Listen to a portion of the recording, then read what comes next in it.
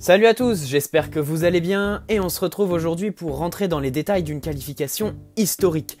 Seul contre tous, le PSG s'est imposé 2-0 dans son antre contre un Borussia Dortmund moins emballant qu'à l'aller et moins fanfaronnant que sur les réseaux sociaux. Mais pourquoi le PSG a mis tout le monde d'accord mercredi soir? C'est ce que l'on va voir dans cette vidéo. Bienvenue. Avant toute chose, j'aimerais vous parler de valeur parce que le PSG en a incarné et c'est le plus important. Enfin, notre club ne s'est pas dégonflé. Les joueurs ont fait dos rond, n'ont pas parlé pendant les 3 semaines qui ont séparé les deux matchs et ont assumé sur le terrain. Et ça, c'est la première des victoires, celle visant à avoir 11 guerriers sur le terrain. Ils n'ont peut-être pas incarné à la perfection l'humilité, mais l'esprit revanchard dont ils ont fait preuve, on peut dire que c'est la première fois que l'on voit ça sous l'ère QSI. Ils ont laissé parler le terrain et ont tout donné du début à la fin. On peut déjà les remercier ou les admirer pour ça, puisque c'est avec cet état d'esprit que nous n'aurons plus de regrets en Ligue des Champions à l'avenir, en se disant qu'on aura tout donné quoi qu'il arrive. Revanchard, combatif et solidaire. 3 mots que l'on peinait à attribuer aux joueurs parisiens depuis longtemps. Mercredi, sans aucun doute, ces 3 mots ont été la clé de la victoire psychologique. Alors maintenant, le terrain. Si Dortmund gardait le même 11 qu'à l'aller sans rien modifier, le PSG revenait à un 4-4-2 qui n'a jamais aussi bien fonctionné. Pourquoi? Parce que tout le monde était concerné. 2 lignes de 4 joueurs, 2 attaquants qui harcèlent la rampe de lancement, des milieux infatigables qui n'hésitent pas à sortir de leur zone pour aller tamponner l'adversaire, un Neymar et un Di Maria concentrés et concernés pour aider des latéraux parisiens qui ont été tous deux impressionnants d'anticipation et de concentration pour ne pas se faire prendre dans le dos. Et puis, une charnière centrale de patron. Un Kimpembe rempli d'assurance pour anéantir toutes les chances d'Haaland aux côtés d'un Marquinhos juste impeccable.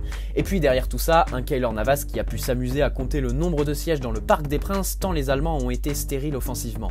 Si la possession sur la globalité du match tourne à l'avantage de Dortmund avec un 54-46, les Parisiens ont subtilisé le ballon et dicté le rythme en l'utilisant de la meilleure des manières en première mi-temps. L'efficacité s'est occupée du reste. Donc pour analyser le jeu du PSG avec ballon, on va bien sûr se focaliser sur la première mi-temps, voire l'entame du match. Simplicité et orientation. C'est ce que l'on pouvait leur reprocher à l'aller. Ils ont gommé tous ces petits défauts pour se mettre toujours en mouvement autour du porteur qui a presque toujours joué simple. Face au bloc bas de Dortmund, cette ligne défensive à 5, le PSG a usé les Allemands en ne s'arrêtant pas de chercher les côtés, la présence de Bernat favorisant le circuit latéral dans la moitié de terrain adverse. Ici, on va prendre l'exemple de Gueye, qui est quand même le joueur parfait pour illustrer ça, puisqu'à l'aller, il nous avait tous énervés par ses choix de passe toujours simples, sur la même ligne, voire derrière. Eh bien, sur cette action, Di Maria reçoit le ballon après avoir décroché. Kehrer se projette un peu en aspirant son vis-à-vis. Di Maria retrouve Gueye sans prendre de risque et le Sénégalais est dans une position très confortable avec une vision assez nette de ses partenaires, mais surtout sans la pression de l'adversaire grâce au mouvement de Kehrer en l'occurrence. Gana Gueye ne choisit pas la solution la plus simple et joue un ballon pied en rupture sur Bernat. Le jeu est étiré et le bloc adverse désorienté. Idem sur cette situation avec encore une fois Idrissa Gueye qui reçoit le ballon après des petits échanges entre Bernat et Paredes qui ont vite compris que l'espace était trop réduit pour construire. En 2 touches, Gueye est trouvé. En 3 touches, le ballon se retrouve à l'opposé sur Thilo Kehrer. Mais l'action ne s'arrête pas là, l'équipe a encore une fois écarté sur un côté, mais on voit Gueye se projeter entre les 2 lignes adverses, ce qui d'abord offre une solution de projection au PSG, mais gêne aussi Emre Can dans son implication puisqu'il doit rester un cran en dessous. Un mouvement incessant qui a aussi permis au PSG d'être plus libre dans son circuit de balle avec des joueurs disponibles et hauts sur le terrain. Allez, on va changer et prendre Paredes qui va chercher un ballon que Bernat lui donne depuis le côté. Le contrôle est orienté en une touche, Paredes est face au jeu, on peut voir qu'il a Neymar et Gueye en solution dans des intervalles, mais l'Argentin lève tout de même la tête pour aller chercher le choix de passe le plus efficient pour le PSG et le plus déstabilisant pour l'adversaire. Ici, Paredes envoie une transversale des plus précises sur Di Maria. Autre point très important qui a fait un mal fou au Borussia, la présence de Neymar entre les lignes.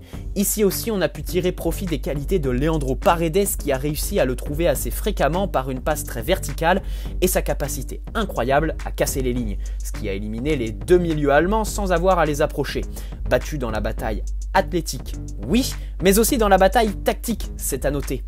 Donc dans la construction, orientation. Neymar entre les lignes, et on peut aussi souligner les décrochages de Cavani et Sarabia qui ont fatigué les défenseurs tout au long du match. Un peu de verticalité aussi caractérise cette volonté du PSG d'aller chercher l'adversaire le plus haut possible sur le terrain.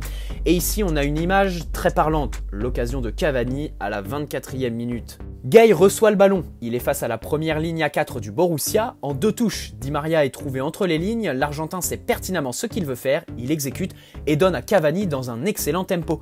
Burki l'arrête, mais cette occasion qui part de la moitié de terrain parisienne est le reflet parfait de cette volonté d'aller chercher les adversaires par une diversité dans les circuits, par de l'orientation, mais aussi de la verticalité.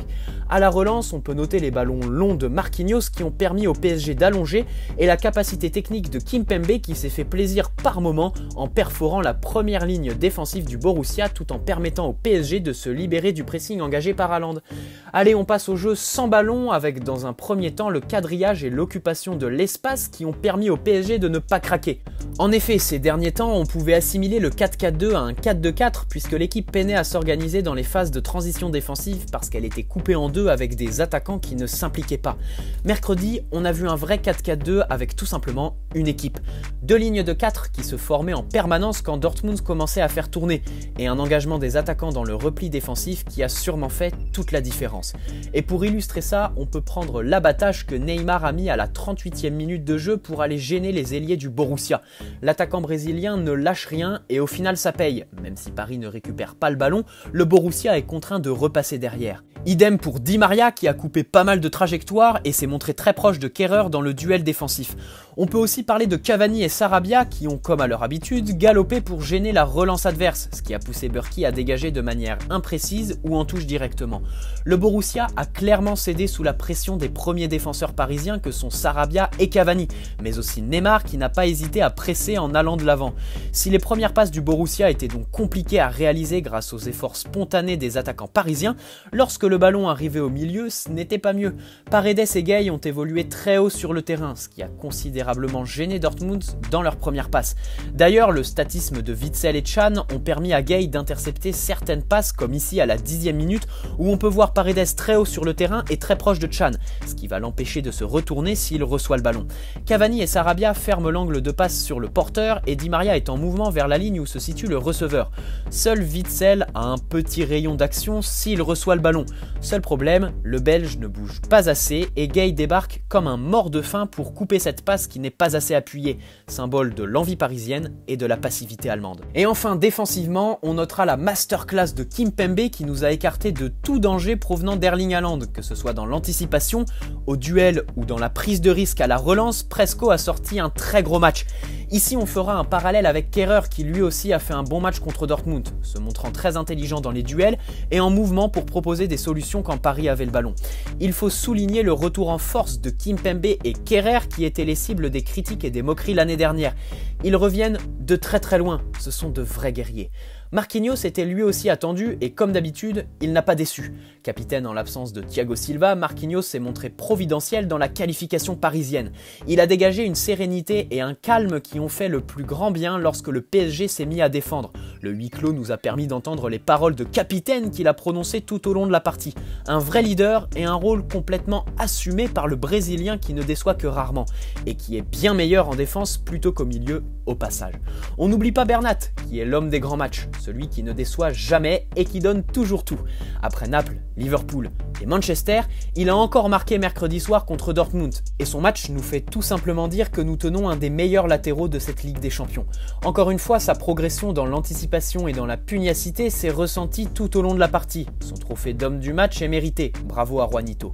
On peut aussi dire qu'il innove puisque jusque-là, on n'a jamais eu de joueur comme lui qui réussissait à se sublimer à chaque grand rendez-vous. On peut aussi souligner l'importance de plus en plus grandissante de Paredes au sein de cette équipe. Son vice et sa vista sont quand même assez incroyables et ô combien précieux pour le PSG. Maintenant, faut-il envisager une place d'indiscutable pour Paredes? C'est ce que l'on verra ensemble dans une des vidéos que je vous posterai la semaine prochaine puisque je vous proposerai une analyse de chacun des 11 joueurs qui étaient sur la pelouse au coup d'envoi mercredi. Allez, pour conclure, nos Parisiens ont avant tout véhiculé et incarné des valeurs mercredi soir dans leur qualification contre contre Dortmund.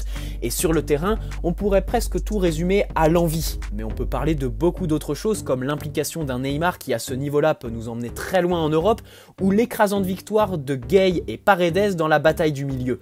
L'utilisation du ballon par nos Parisiens peut aussi nourrir notre bonheur puisque cette qualification en quart est en réalité bien plus qu'une qualification. Certes, dans la quête à la coupe aux grandes oreilles, les huitièmes de finale ne constituent qu'une étape. Mais justement, mercredi, on a franchi cette étape, mais une autre bien plus importante, vaincre la barrière psychologique. Non, nous n'avons pas célébré cette qualification comme si nous avions gagné la Ligue des Champions. Personne ne peut comprendre un supporter parisien. Personne ne peut comprendre ce que l'on a vécu et ce que les joueurs ont vécu ces 3 dernières années. Peut-être aussi simplement que personne n'a pu comprendre ce qui s'est passé. Alors personne ne peut comprendre le soulagement que cette victoire a procuré à tout un peuple et personne ne peut se prononcer sur tout ce qui a entouré ces 90 minutes qui ont écrit l'histoire d'un club qui retrouve les quarts de finale de la Ligue des Champions. Merci Paris. Voilà, c'est tout pour aujourd'hui et cette analyse qui, je l'espère, vous plaira. Si c'est le cas, n'hésitez pas à liker cette vidéo, vous abonner si ce n'est pas déjà fait et me donner vos avis sur ce match formidable dans l'espace commentaire. Bonne soirée et bon dimanche à tous. Allez Paris, ciao.